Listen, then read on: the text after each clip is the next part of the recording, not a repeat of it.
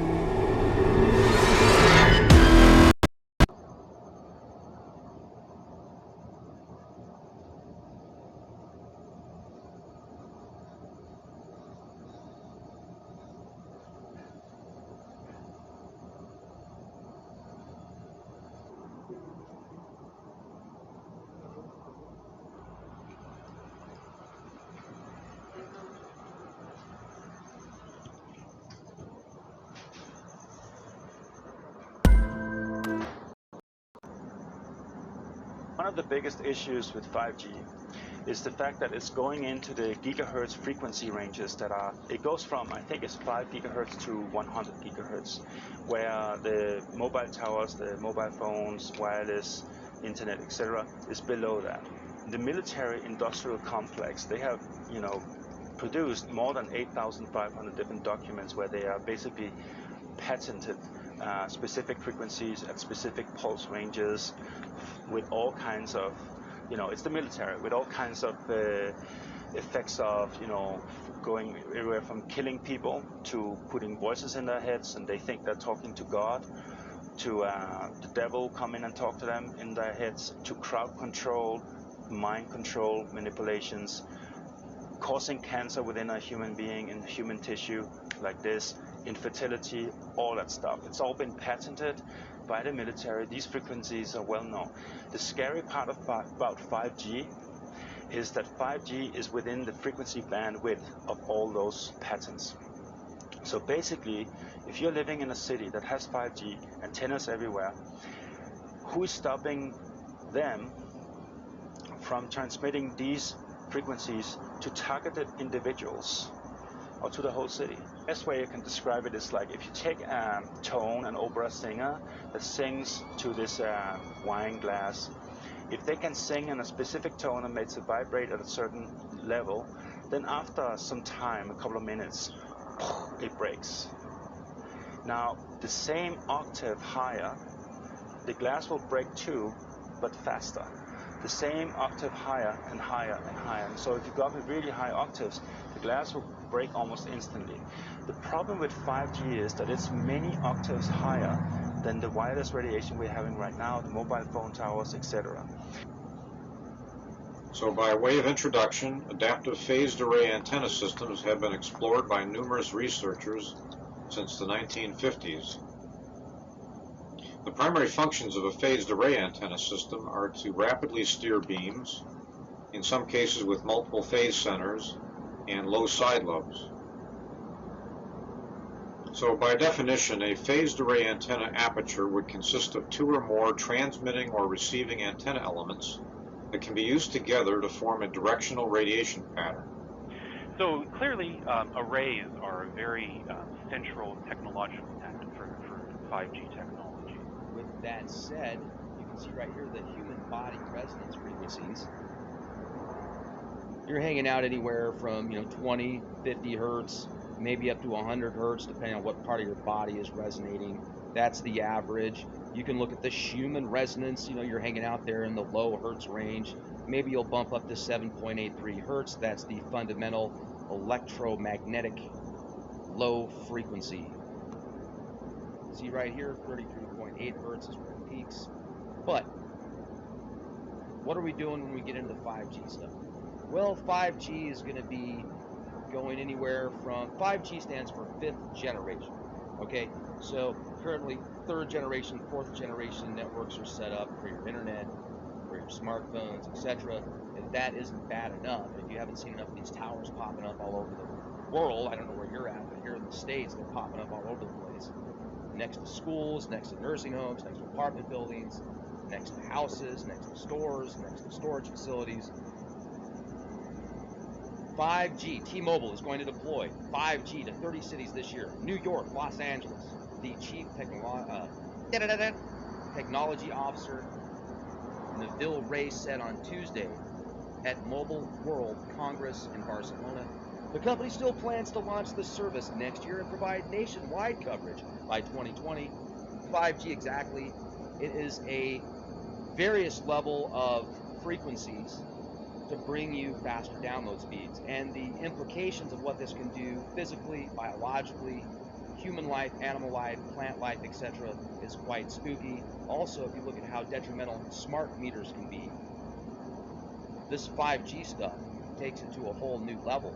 And the mind control capabilities, the frequency generation weapon capabilities with current patents and patents that have been around 30 years.